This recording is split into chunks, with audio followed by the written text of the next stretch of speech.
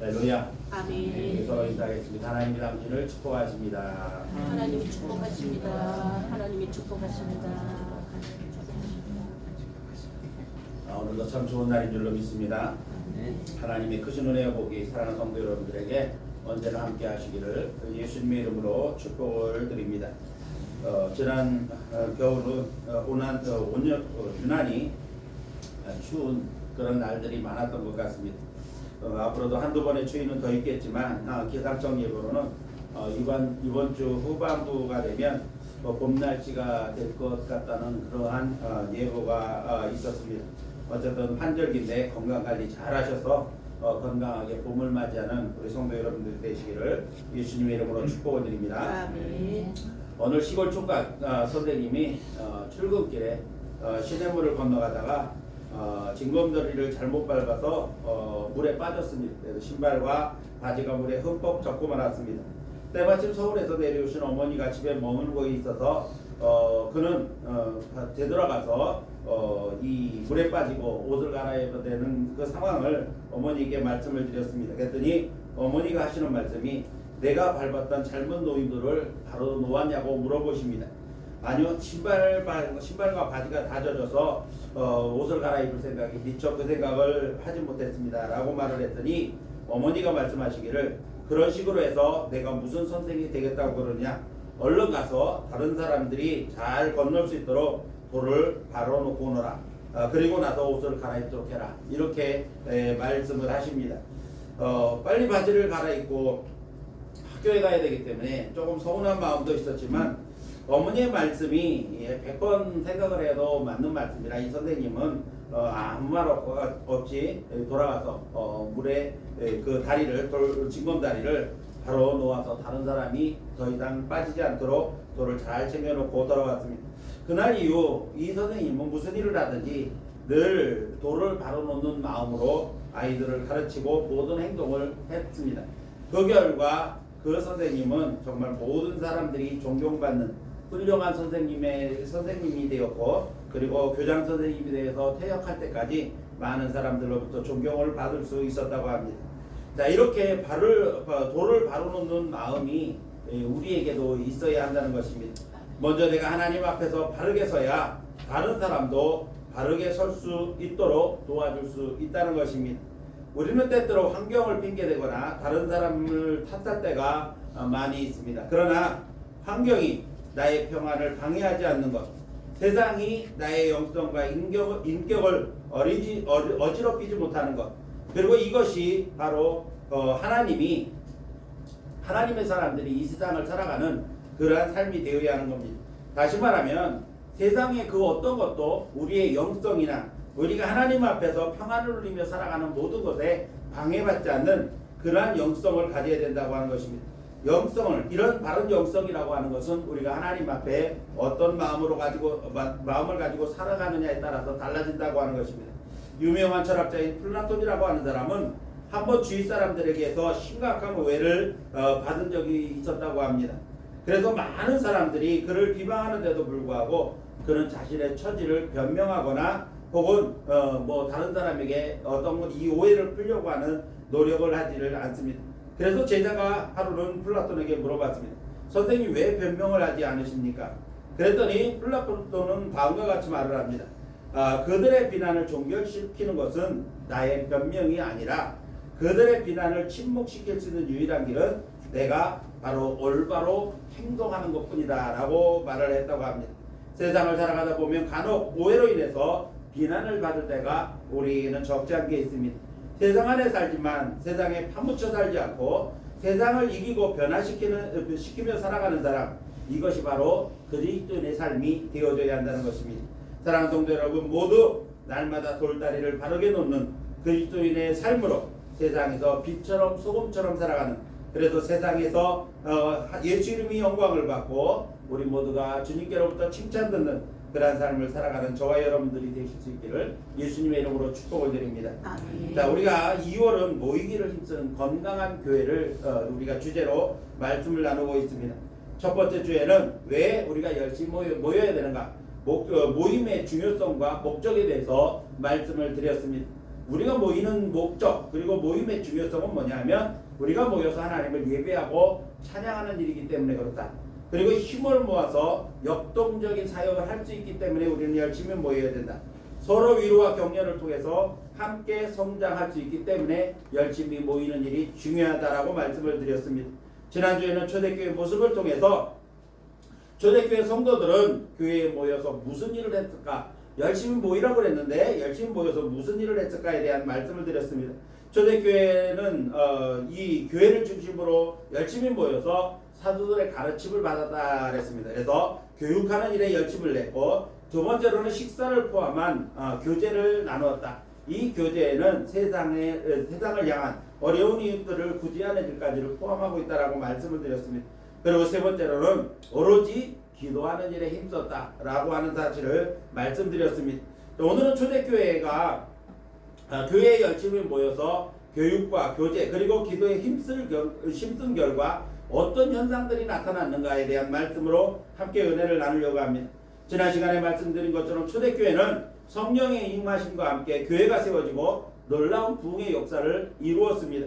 하루에 3,000명이 회개하고 돌아오는가 하면 그들이 3,000명씩 회개하고 돌아오는 성도들을 교육하는 일에 그리고 성도들 간에 교제하는 일에 그리고 기도하는 일에 또한 계속해서 열심을 냈다고 하는 말씀을 드렸습니다. 오늘 본문 말씀을 보니까 부흥하는 예루살렘 교회 곧 모이기를 힘쓴 초대교회의 모습에 대하여 계속해서 소개하고 있는 것을 보게 됩니다. 초대교회는 오늘날 모든 교회들이 본받고 싶어하는 교회입니다. 그리고 모든 교회들이 그 모습을 초대교회의 모습들을 추구하는 그러한 모습이 초대교회의 모습인 것입니다. 오늘날 세계 모든 교회들이 점점 그 힘을 잃어가고 있습니다. 그리고 세속화되어 가고 있는 가장 큰 이유가 무엇이라고 생각하십니까? 그것은 바로 초대 예루살렘 교회와 같은 그러한 모습을 잃어버렸기 때문이라는 것입니다. 교회가 생명력이 약화되어져 가고 부흥의 모습을 잃어버리는 이유가 바로 그런 것들이라는 겁니다.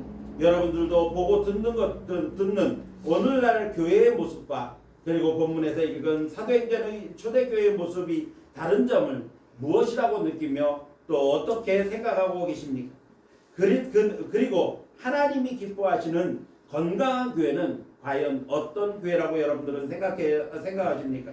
오늘 저는 초대교회가 모여서 사도의 가르침을 받고 또 떡을 떼며 서로 교제하고 오로지 기도에 힘쓴 결과 나타나는 모습들을 소개하면서 우리 교회가 초대교회와 같이 모이기를 힘쓰는 건강하게 성장하는 교회와 성도들이 되기를 간절히 소망하면서 함께 말씀의 은혜를 나누려고 하는 것입니다. 오늘 말씀을 통해 사랑하는 성도 여러분들이 힘써 모이기를 결단하고 또 힘써 모이기를 통해서 건강하게 성장하는 교회가 되고 성도가 되기를 꿈꾸는 그러한 일들을 결단하는 귀한 시간이 되시기를 예수님의 이름으로 축복을 드립니다. 아멘. 자, 그럼 초대교회가 열심히 모여서 교육하고 그리고 또 교제하고 그리고 또 기도에 힘쓴 결과 어떤 모습으로 나타났는가? 오늘 읽은 본문 말씀에서 그 모습들을 소개하고 있는 것을 보게 됩니다. 첫 번째로는 기사와 표적이 사도들을 중심으로 많이 나타났다라고 말씀하고 있습니다.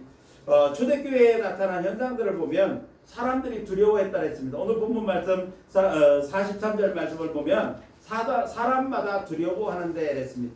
사람들이 왜 두려워했을까요? 여기서 두려워했다고 하는 표현은 어떤 공포심이나 무서움 때문에 두려워하는 것이 아니라 초대교회에 나타난 여러 가지 현상들을 보면서 세상 사람들이 믿지 않는 사람들이 예수님을 믿는 사람들을 존경하고 그리고 공경하는 그러한 이 일종의 존경심에서 우러나오는 두려움이 그들에게 있었다는 것입니다. 여기서 그들이라고 하는 건 이 사람마다라고 표현하고 있는데 이 사람마다는 믿지 않는 사람들을 얘기하는 겁니다. 믿지 않는 사람들이 두려워하는 이유가 어떤 공포와 두려움 때문에 공포감에서 오는 두려움이 아니라 그들이 믿음에 따른 믿는 성도들이 믿음에 따른 여러 가지 그러한 나타나는 현상들 서로 교제하는 일 그리고 구제하는 일 기도에 힘쓰는 일 이런 것들을 보면서 마음의 존경심이 생겼다는 것입니다. 그래서 하나님을 그들에 대한 즉 초대교회 사도들과 성도들에 대한 존경심과 경외하는 마음에서 비롯된 두려움 이런 것들을 말씀하고 있는 것입니다. 우리가 충분히 구약에서 하나님을 향하여 바라볼 때 두려움을 갖게 된다라고 하는 그러한 의미와 비슷하다고 볼 수가 있습니다. 죄로 인해 죄로 가득 찼던 이방 사람들은 하나님에 대한 공포심에서 두려움이 있었지만 죄 때문에 자신들이 가지고 있는 죄 때문에 하나님에 대한 공포심 때문에 이 죄의 결과 죄로 인하여 받을 진노로 인해서 두려움을 가졌지만 이스라엘 백성들 하나님의 백성들이나 하나님께 선택된 일꾼들은 하나님에 대한 경외심이나 존경심 때문에 하나님을 두려워했다라고 표현하고 있는 것을 보게 됩니다. 그래서 이 초대교회 행적들을 보면 사람들마다 교회들을 칭송했다 했습니다. 그렇기 때문에 그 교회를 칭찬하던 세상 사람들이 두려움을 가졌다고 하는 것은 존경심에서 나온 그러한 두려움이었다는 것을 우리가 알 수가 있는 것입니다. 그리고 이어지는 말씀을 보니까 사도들로 말미암아 기사와 표적들이 많이 나타났다 이렇게 표현하고 있는 것을 보게 됩니다. 자, 초대교회는 열심히 모여서 사도의 가르침을 받으며 서로 교제를 하고 그리고 기도에 힘썼더니 사도들을 중심으로 해서 기사와 이적이 믿음의 표적으로 강력하게 나타나는 것을 볼 수가 있습니다. 이로 인해서 더욱 강력한 복음 전파의 역사가 나타나게 되어졌다고 하는 것입니다. 이어지는 3장의 말씀을 보면 민문에 앉아서 평생 동안 구걸에 먹던 안전뱅이를 일으키는 그러한 사건도 나옵니다. 이 사건을 비롯해서 죽은 사람도 살려내고 그리고 많은 병자들이 예수 이름으로 고침받는 역사들이 계속해서 사도들을 중심으로 나타나는 것을 보게 됩니다. 아멘. 성령으로 충만한 사도들과 성도들은 복음을 전하는 일에 힘썼고 또 사도들을 통해서 기사와 이적이 많이 일어남으로써 복음이 보다 효과적으로 증거되는 그러한 역사가 있었다는 것입니다. 이렇게 기사와 표적이 많이 일어난 것은 기사와 표적 자체가 목적이 아니기 때문이었다는 것입니다. 그 당시에 사도들을 통해서 많은 기사와 표적이 일어났지만 계속해서 그러한 기사와 표적이 일어날 수 있었던 것은 그들의 근본적인 목적이 기사와 표적이 아니었기 때문에 가능했다는 겁니다. 왜냐하면 사도들이 착각을 해서 기사와 표적이 일어나는 것을 주 목적으로 했다고 한다면 하나님께서 더 이상 기사와 표적을 일으키지 않으셨을 것입니다. 성령의 역사로 말미암아 일어난 표적들은 복음 전파가 목적이었지 그 표적 자체가 목적이 아니었다는 것입니다. 그래서 복음을 확실하게 증거되게 또 그것이 전해지게 하는 그 복음을 확증하는 능력이 바로 표적으로 나타나게 되었다는 것입니다. 그래서 주의해야 할 점은 뭐냐면 핵심이 표적이 되어서는 안 된다는 겁니다. 핵심이 기사와 이적이 되어서는 안 된다는 겁니다. 우리 교회 안에서 일어나는 병고침의 역사라든지 아니면 각종 기사와 이적들이 나타나는 것 자체가 표적이 되어서는 안 된다는 것입니다.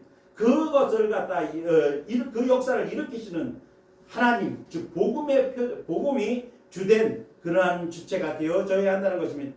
간혹 사람들이 실수하는 것 중에 하나가 바로 이 주체를 착각하는 데 있다는 겁니다.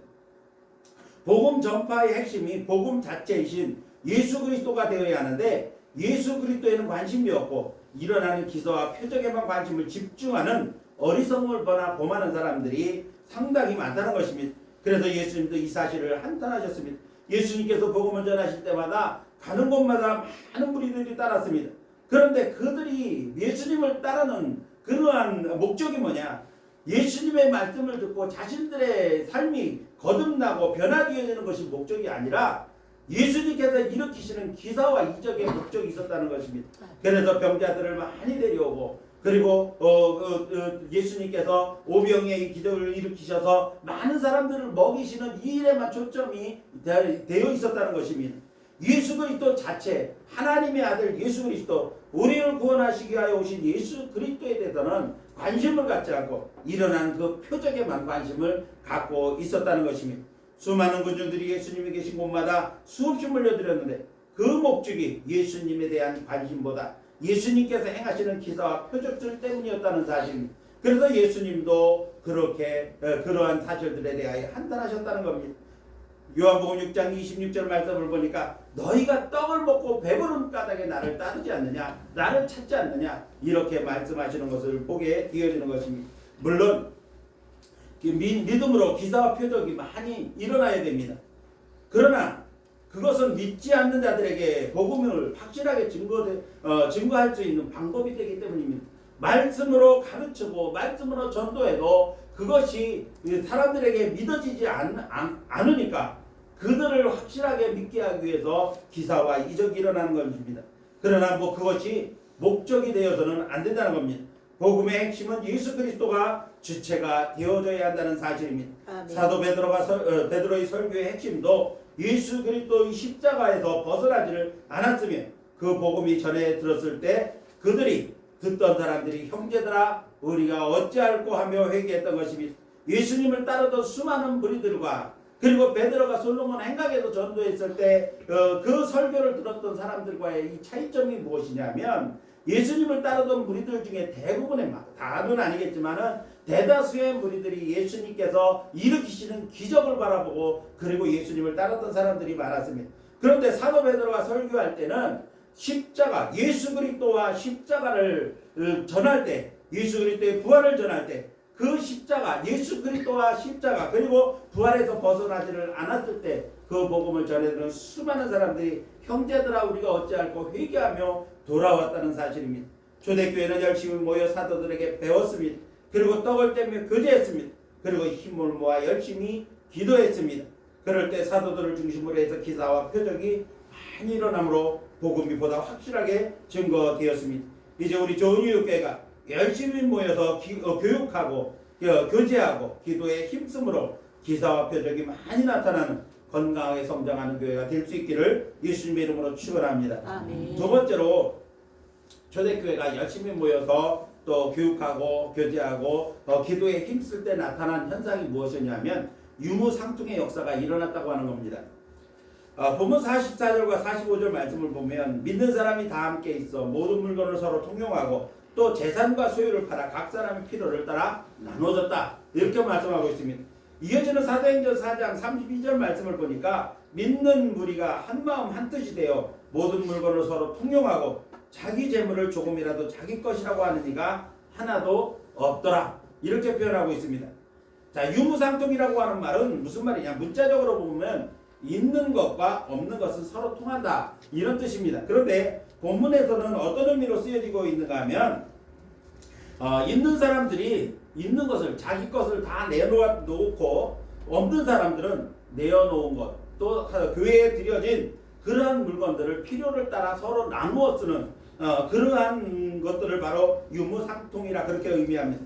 서로 아낌없이 자신의 것을 사도들의 발 앞에 곧 교회에 드리고 교회에 헌신된 것들을 성도들의 필요를 따라 나누어주는 일로 말미암아서 교회에는 가난한 사람이 하나도 없었다. 초대교회 초창기에는 그런 역사가 일어났다는 겁니다.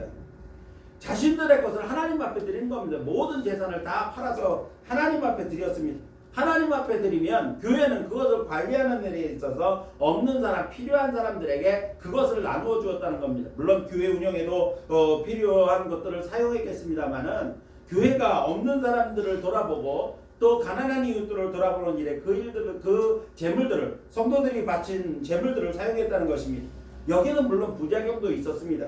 사도행전 5장을 보면 아나니아와 삽비라라고 하는 부부가 바나바라고 하는 사람이 자신의 재산을 다 팔아서 교회에 헌금하는 것을 보았습니다. 헌신하는 것을 보았더니 그거는 모든 사람들이 그를 칭찬합니다.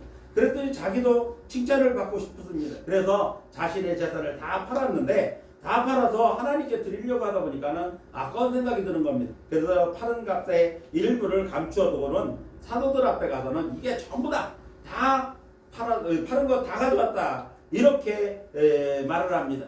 성령을 속이려는 아주 동기가 불순한 그러한 행위였습니다. 사도 바울은 뭐라고 말을 하는가 하면 팔기 전에도 내 것이고 판 다음에도 내 것이 아니냐. 그러므로 내가 하나님 앞에 드리는 것은 내 자유인데 문제는 뭐냐면 아나니아와 삽비라는 자기의 정욕 때문에 성령을 속이려는 잘못된 죄를 범했다는 겁니다. 성령을 속이려고 일부만 가져오고 다 가져왔다고 그렇게 말을 합니다. 그러다 결국은 아나니아와 삽비라는 한날에 전부 죽임을 당하는 비극을 맞기도 했습니다. 이처럼 사람들이 많이 모인 곳에는 문제들이 있는 사람들이 꼭 있습니다. 모두가 예수님이라고 하는 그 이름 앞에 교회 안에 모여들기는 합니다만은 그 그 안에는 다른 목적을 가지고 모인 사람들도 적지 않다는 겁니다. 특히 선거철만 되면 교회도 평소에 나가지 않던 사람들이 교회 다니는 것처럼 교회 와서 아주 거룩하게 예배드리는 것처럼 하는 그러한 정치인들을 우리가 쉽게 만나볼 수가 있지 않습니까? 이렇게 교회 안에는 그러한 부작용도 적지 않게 있었습니다. 그러나 분명한 것은 성도들이, 초대교회는 성도들이 자신들의 것을 자신의 것이라고, 제 것이라고 하지 않고 하나님께 드림으로 초대교회 안에는 유무상통의 역사 일어났다는 겁니다.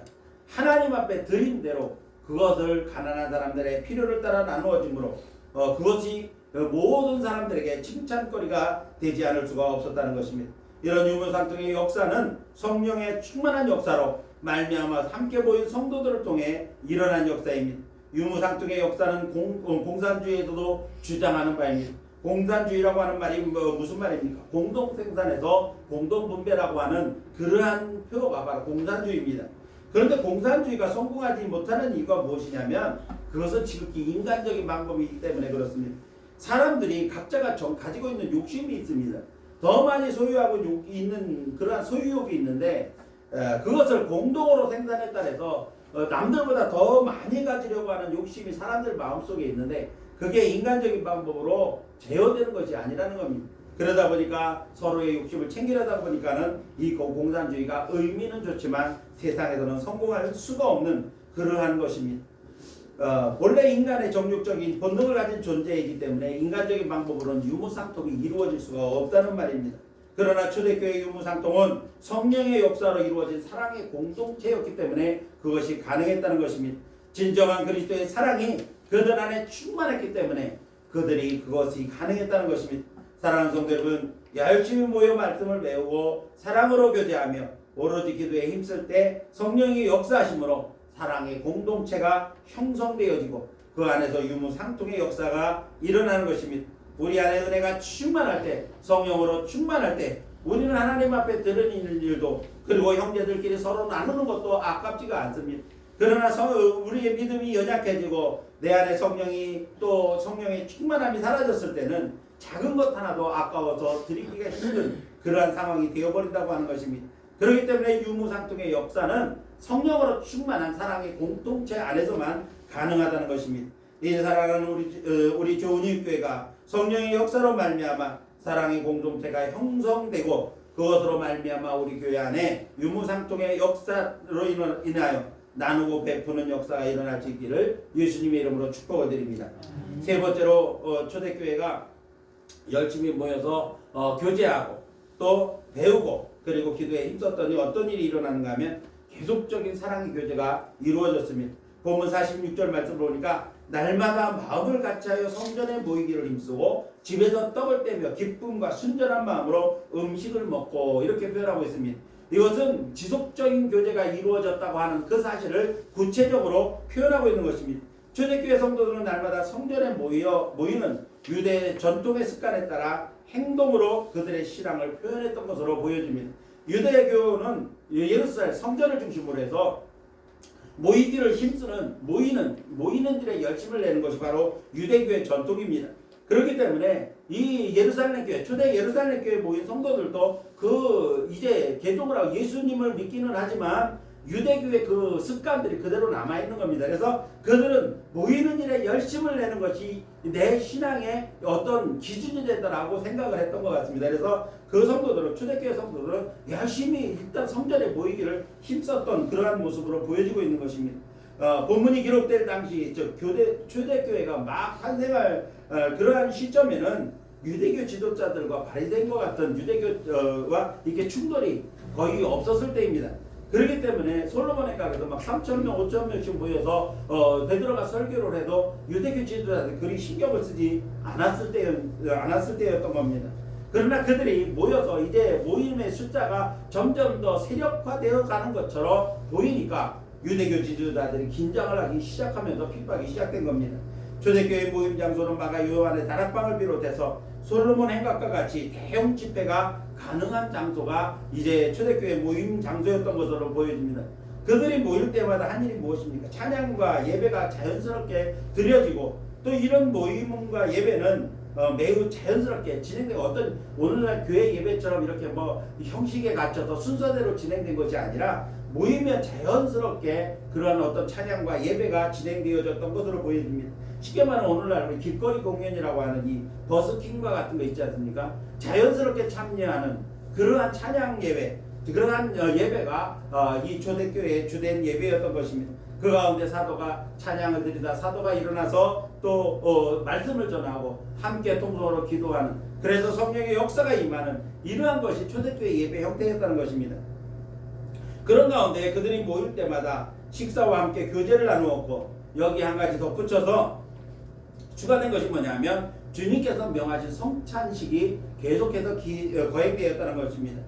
이것은 성찬을 제정하실 때 주님께서 명하신 일입니다. 너희가 모일 때마다 이것을 행하여 나를 기념하라. 예수님께서 성찬을 모일 때마다 하라고 그렇게 명하신 것입니다. 그러므로 초대교회 형식, 초대교회처럼 우리가 예배를 드린다고 한다면 예배 때마다 성찬을 하는 것이 사실은 정상적입니다. 그러나 오늘날 교회들은 그러한 여러 가지 형식적인 절차나 이런 것들이 동반되기 때문에 쉽게 모일 때마다 할 수가 없어서, 그래서 뭐 한 달에 한 번 하는 그러한 교회들도 있고, 우리 교회 같은 경우는 1년에 이 부활절과 성탄절 이렇게 두 번만 성찬식을 거행합니다만은 실질적으로 성찬식은 모일 때마다, 믿는 성도들이 모일 때마다 하는 것, 그리고 세례식도 믿음을 가진 성도에게 즉시 행하는 것이 바로 세례의 형식이었던 것입니다. 자, 이렇게 성도들은 모일 때마다 교제를 나누며 하나님께서, 예수님께서 명하신 성찬을 거행했습니다. 자, 초대교회의 교제는 단순한 친교 모임이 아니었다는 겁니다. 지난 시간에도 말씀드렸습니다만은 초대교회 교제는 성도 간의 식사는 물론이고 성찬을 거행하고 하나님을 자연스럽게 찬미하고 찬양하는 그러한 것과 더불어서 성도 서로 간에 서로를 돌아보는 그러한 정보 교환, 그러한 것들도 있었다는 것입니다. 또 내외적인 구제와 공사까지 포함하는 것이 초대교회 교제에 포함되었다는 것입니다.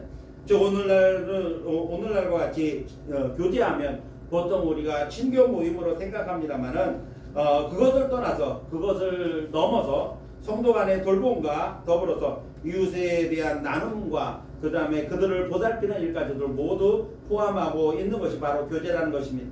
바라기는 우리 좋은 이웃교회가 열심히 모인 성도들이 서로 사랑의 교제와 더불어서 이웃을 향한 나누고 베푸는 교제가 지속적으로 이루어지는 그러한 교회가 될 수 있기를 예수님의 이름으로 간절히 축복합니다. 마지막 네 번째로 초대교회는 어떤 역사가 일어났는가 하면 바로 교회 부흥의 역사가 일어났다는 것입니다. 본문 47절 말씀을 보니까 하나님을 찬미하며 또 온 백성에게 칭송을 받으니 주께서 구원받는 사람을 날마다 더하게 하셨다. 초대교회가 열심히 모여서 교육하고 또 열심히 교제하고 오로지 기도에 힘쓰니까 그들에게서 나타나는 것이 계속적인 이 부흥입니다. 그러니까 교회에서 하는 모든 일에 결국은 뭐냐면 영혼을 구원하는 일이고 교회를 부흥시키는 일이라는 겁니다. 열심히 교육하고 사랑의 교제를 나누고 오로지 기도에 힘쓴 초대교회는 놀라운 부흥의 역사가 나타났습니다. 성경은 그 숫자에 대해 하루에 3,000에서 5,000명씩 회개하고 돌아왔다라고 말씀하고 있는 것을 보게 됩니다. 베드로가 솔로몬 행각에 모인 무리들에게 예수님의 죽음과 부활에 대해서 이야기를 했습니다. 설교를 했더니 부활이 없다고 주장하던 사두개인들이 이 베드로를 붙잡았습니다. 이것이 이제 교회와 유대교 간에 처음 일어난 그러한 충돌이었습니다. 사두개인들이 베드로를 붙잡아서 이 밤이 늦어 어떻게 할 수 없으니까 감옥에다 가둬뒀습니다. 그런데 현상은 어떤 현상이 일어났는가 하면은 말씀을 전하던 베드로가 잡혀갔더니 모인 무리들이 흩어진 게 아니라 그날 모인 무리들의 숫자가, 그날 회개하고 돌아온 숫자가 5,000명이나 되었다는 겁니다. 복음을 전하던 사람은 잡혀갔는데 그 복음을 들은 사람, 그날 회개하고 돌아온 사람이 무려 5,000명이나 됐다는 겁니다. 초대교회는 핍박이 일어나 흩어지게 되었을 때도 가는 곳마다 복음이 전해지고 교회가 세워집니다. 그 소식을 들은 예루살렘 교회는 사도들을 비롯해서 지도자들을 파송해서 그 교회들을 돌보게 합니다. 그러니까 핍박이 오히려 복음이 예루살렘뿐만 아니라 온 유대 땅 그리고 사마리아를 거쳐서 갈릴리 지방과 전 세계로 확장되어져 가는 그러한 역사가 일어나게 되었다는 겁니다. 사랑하는 성도 여러분, 교회의 궁극적인 목적은 복음을 전파해서 영혼을 구원하는 일이 근본적인 목적입니다. 교회는 정치나 사회 운동을 하는 집회 장소가 아니고 그렇다고 해서 열심히 친교하는 사교회장도 아닙니다. 교회는 오직 예수 그리스도를 전하고 예수 그리스도의 지체들이 모여 사랑을 나누고 또 열심히 하나님을 찬양하고 예배하며 오직 기도에 힘쓰는 곳이 바로 교회인 것입니다. 오늘 본문에서 초대교회의 모습을 어떻게 표현하고 있습니까? 하나님을 찬미하고 온 백성에게 친송을 받으니 주께서 구원받는 사람을 날마다 더하게 하셨다. 아멘. 초대교회는 하나님을 찬양하는 교회였다는 겁니다. 우리 조은유교회도 하나님을 늘 찬양하는 그러한 교회가 되기를 소망합니다. 아멘. 초대교회는 세상 사람들로부터 칭찬받는 교회였습니다. 우리 조은유교회도 예수님과 세상 사람들로부터 칭찬받는 교회가 되기를 소망합니다. 아멘. 그래서 주께서 구원받는 사람들을 날마다 더하게 하시는 부흥의 역사가 일어나기를 예수님의 이름으로 축원합니다. 아멘. 이제 결론을 말씀드립니다. 오늘까지 2월의 주제인 모이기를 힘쓰는 건강한 주제로 말씀의 은혜를 함께 나누었습니다. 사랑하는 성도 여러분, 열심히 모이는 곳에 하나님의 역사가 일어나는 줄로 믿습니다. 아멘. 열심히 모여 배우고 찬양하고 교제하고 기도할 때 역사가 일어나는 것입니다. 초대교회가 열심히 모여서 배우고 교제하고 기도에 힘쓸 때 어떤 역사가 일어났습니까? 기사와 표적이 많이 일어났습니다. 유무상통의 역사가 일어났습니다. 사랑의 교제가 지속되었습니다. 그리고 교회의 부흥의 역사가 강력하게 나타났습니다. 이제 우리 좋은 이웃교회가 모이기를 힘쓰는 교회가 되어서 초대교회와 같이 표적과 사랑의 교제와 그리고 부흥의 역사가 일어남으로써 건강하게 성장하는 교회 그리고 건강하게 성장하는 성도 여러분들이 되실 수 있기를 예수님의 이름으로 축원합니다. 아멘. 기도하겠습니다.